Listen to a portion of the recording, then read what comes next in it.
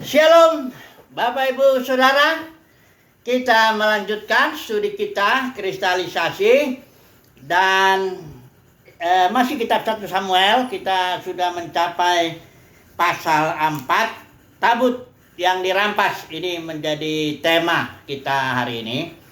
Tabut itu maksudnya yang berisi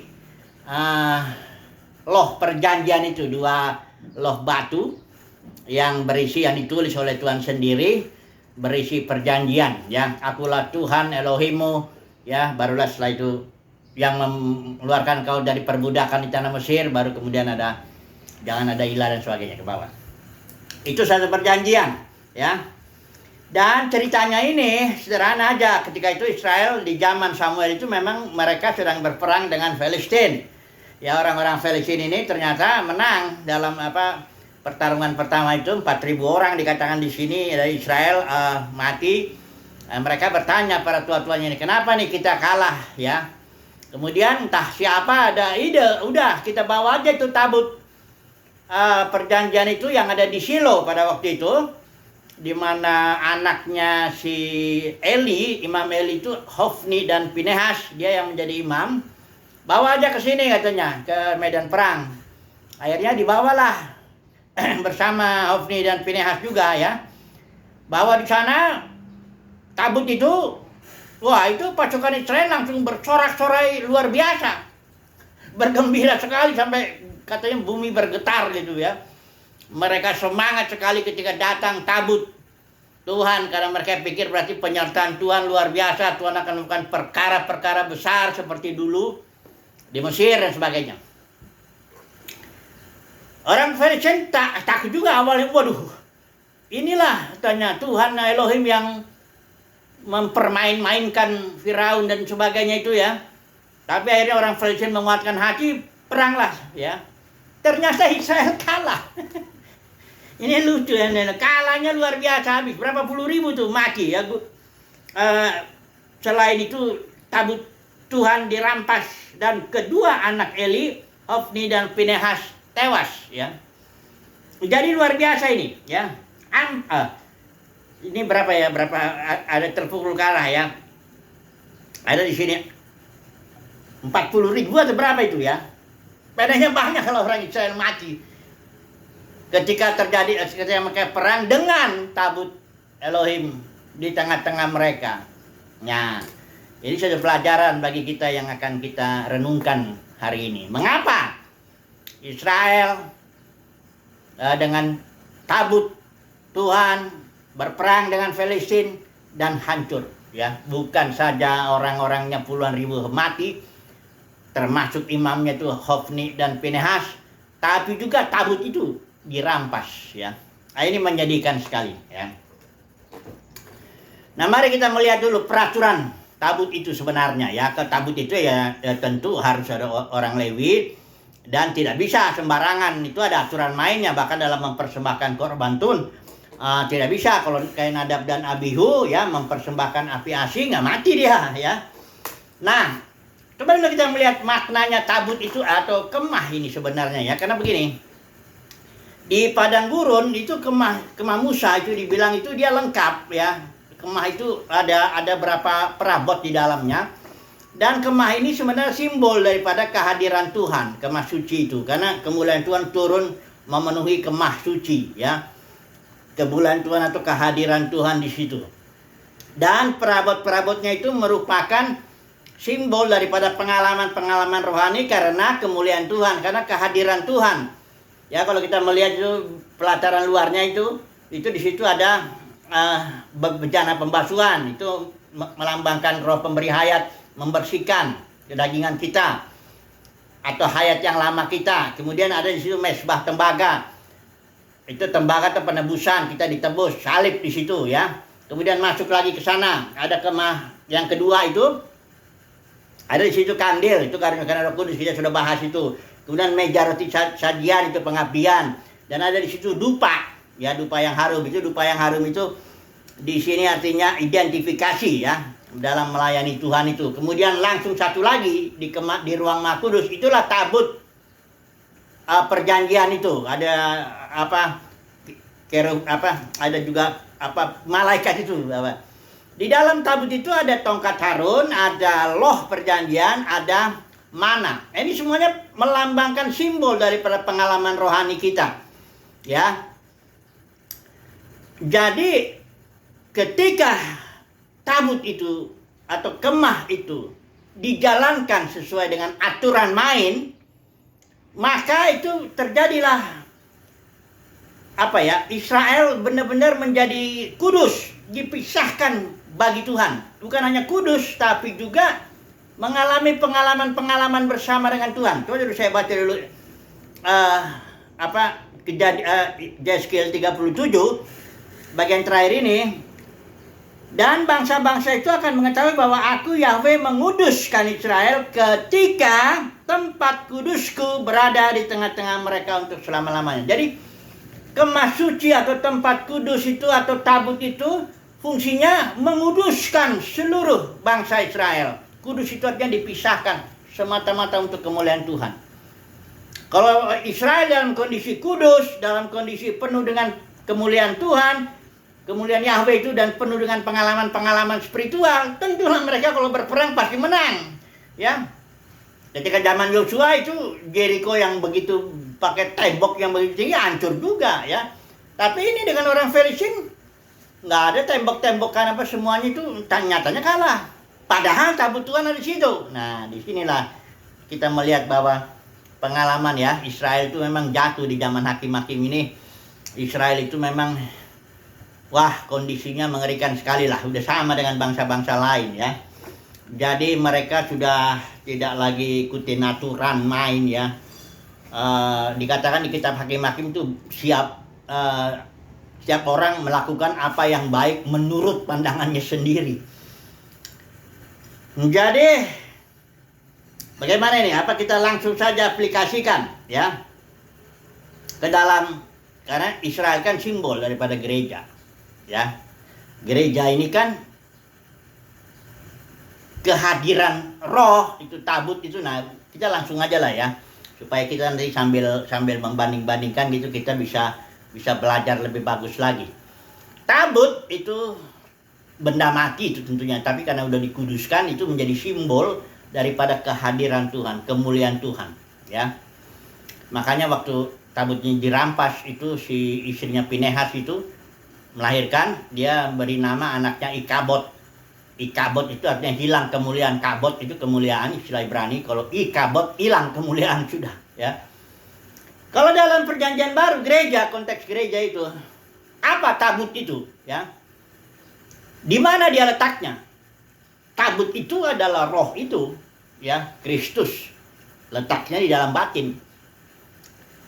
Christ in you, the hope of glory. Jadi kemuliaan Elohim itu dalam batin, tapi belum dinyatakan memang ya. Tapi tabut itu bukan lagi benda-benda, bukan gedung, bukan organisasi, bukan ritual-ritual, bukan itu. Tabut itu di dalam batin. Kita adalah bait roh. Roh itulah tabut ya, atau apa ya? Ya kemah suci itu, bait suci itu ya kita.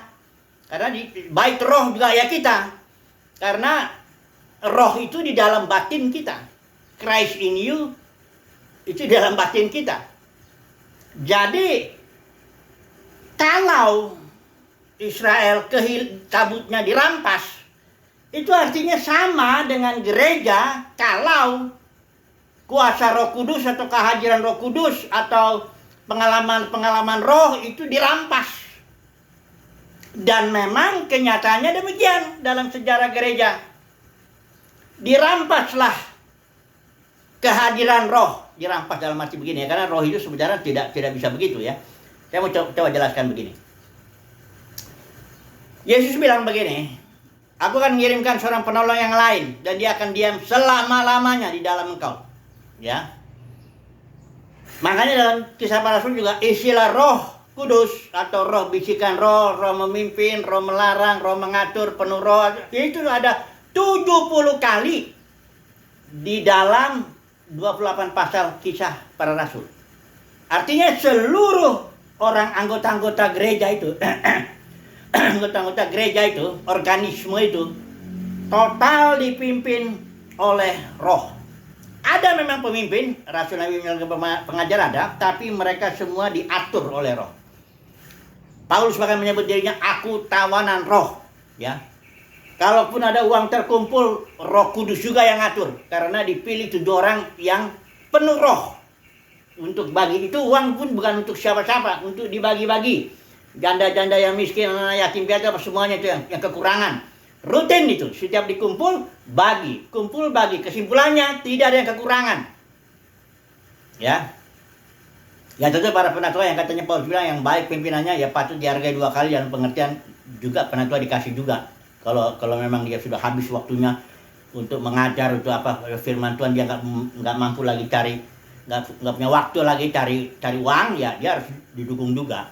Ya. Tapi tidak ada yang gaji rutin, itu nggak ada, itu yang begitu yang sekarang itu nggak ada. Ini Roh Kudus yang ngatur ini benar-benar. Ya.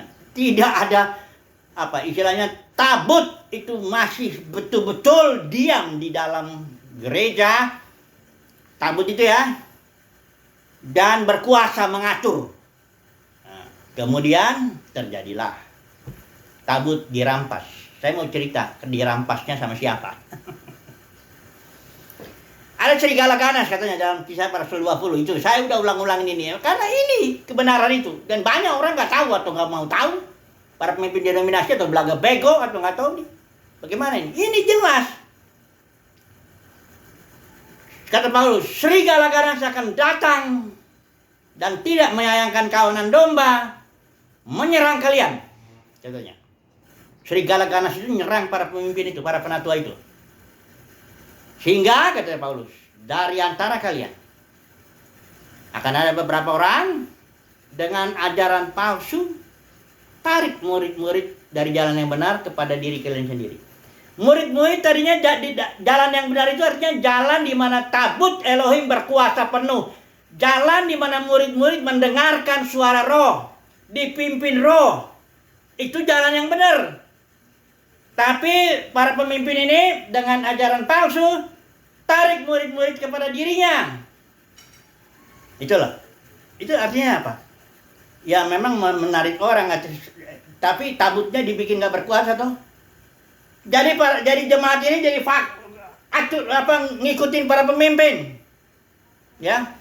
Para pemimpin ini bikin aturan tiap kan pecah tuh. Banyak pemimpin tarik murid, pecah menjadi ribuan denominasi. Masing-masing punya gedungnya, organisasinya, ritualnya, kredonya, aturan mainnya, semuanya ada.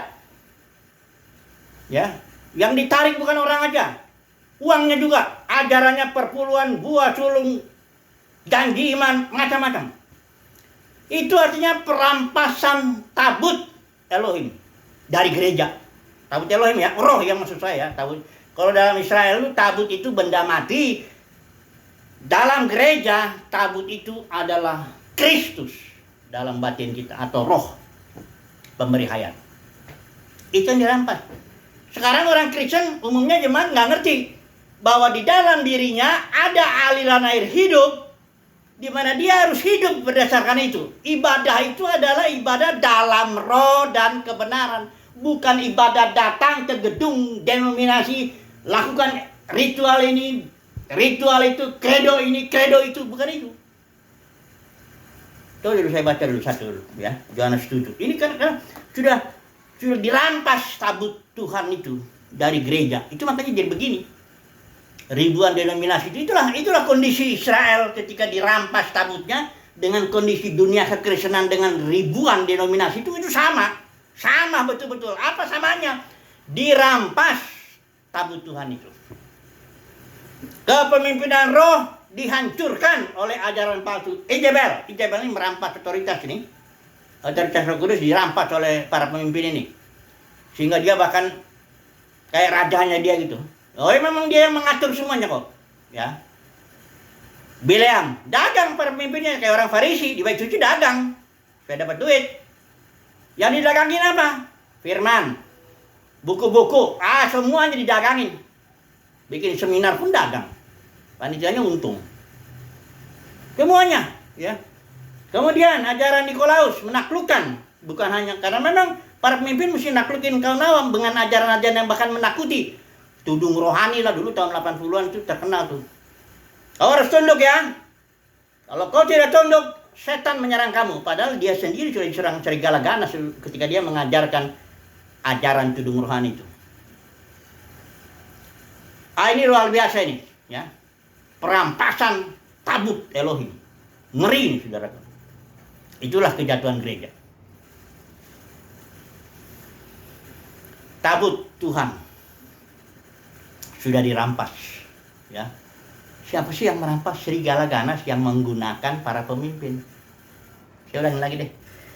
Kalau dalam Israel tabut perjanjian dirampas oleh orang Filistin. Kalau sekarang gereja tabut Elohim, Roh Kudus itu atau Christ in you itu Kristus dirampas oleh serigala ganas yang di Kisah Rasul 20 itu yang menggunakan para pemimpin agar para pemimpin ini ajarin ajaran palsu. Bileam, Nikolaus, Jezebel. Ngeri saudaraku, dan Tuhan tidak akan diam ya. Kalau kita lihat di Wahyu pasal 17, 18, denominasi seperti itu akan mengalami penghakiman. Tapi Tuhan punya umat pilihannya. Ini dia. Inilah yang membuat kita atau saya itu rasanya damai, sukacita, nggak gimana gitu. Aduh Tuhan terima kasih engkau punya jalan. Ketika gerejamu jatuh, engkau nggak berusaha pulihkan kembali kepada gereja mula-mula, enggak. Tuhan panggil para pemenang. Perhatikan itu Wahyu pasal 2 pasal 3. Dalam setiap zaman gereja itu 7 gereja itu. Dari mulai Efesus itu, Pergamus, Sardis, Laodikia, Philadelphia, Tiatira dulu ya, baru Sardis, baru ini Laodikia. Kalau di Laodikia itu sudah betul-betul resmi, tabut itu sudah nggak ada lagi di dalam gereja, karena Yesus itu ketok pintu itu.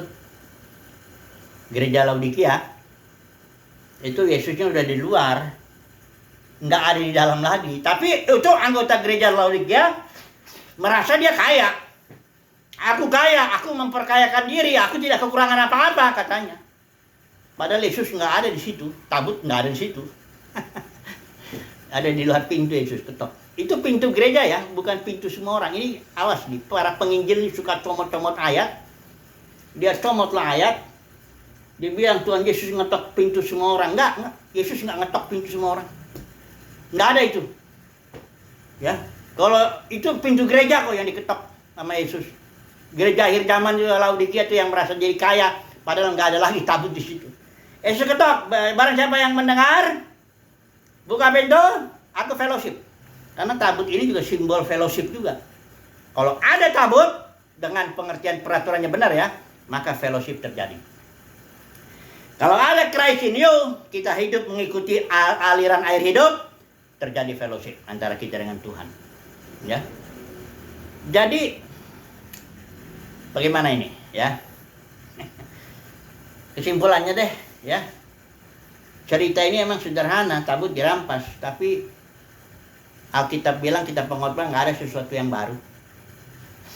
Di dunia ini nggak ada yang baru. Kalau Israel tabutnya hilang, dirampas, saat ini juga begitu. Dunia kekristenan nggak ada lagi tabutnya itu di dalam. Gereja Laodikia sudah diketok di luar kok. Nggak ada lagi tabut, ya. Makanya Rasul Yohanes bilang ya, dia bikin surat itu, surat 1 Yohanes itu surat umum itu. Disampaikan kepada 7 gereja yang udah jatuh ini. Dia bilang gini, coba dulu kita baca lah ini.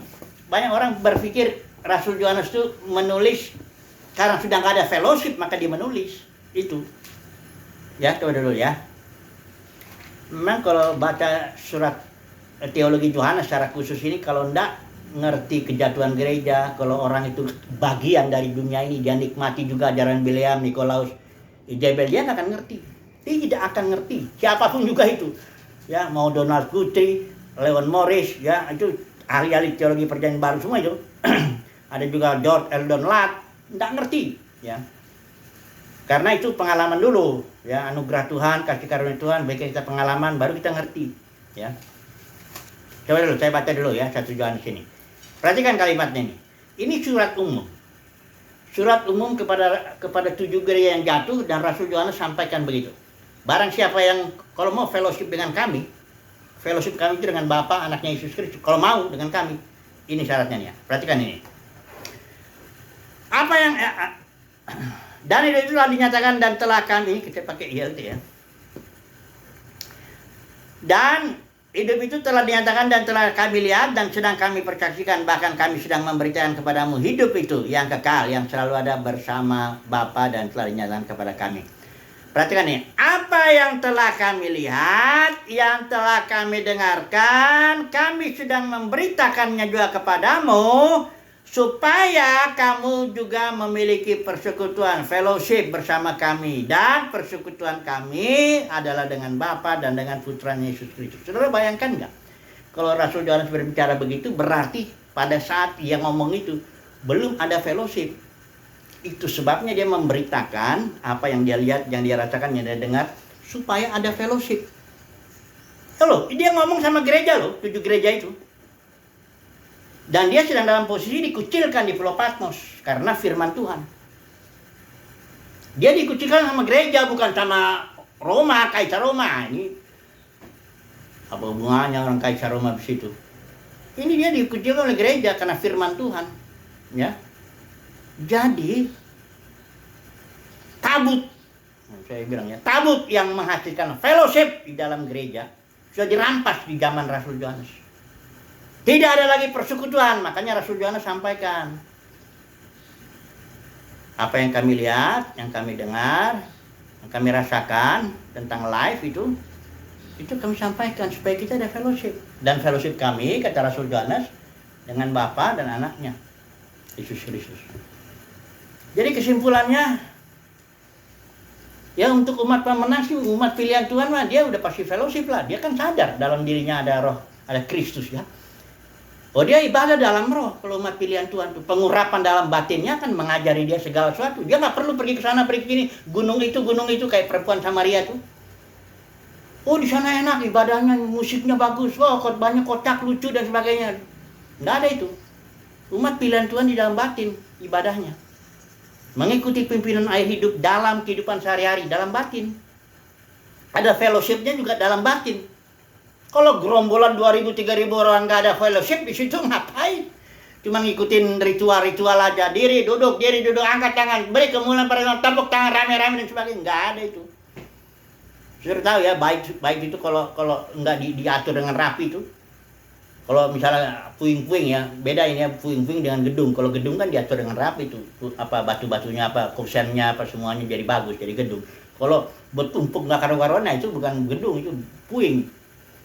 Saya merasa sih denominasi itu hanya puing-puing aja, orang pecahan semua. Simpulannya apa sih ya?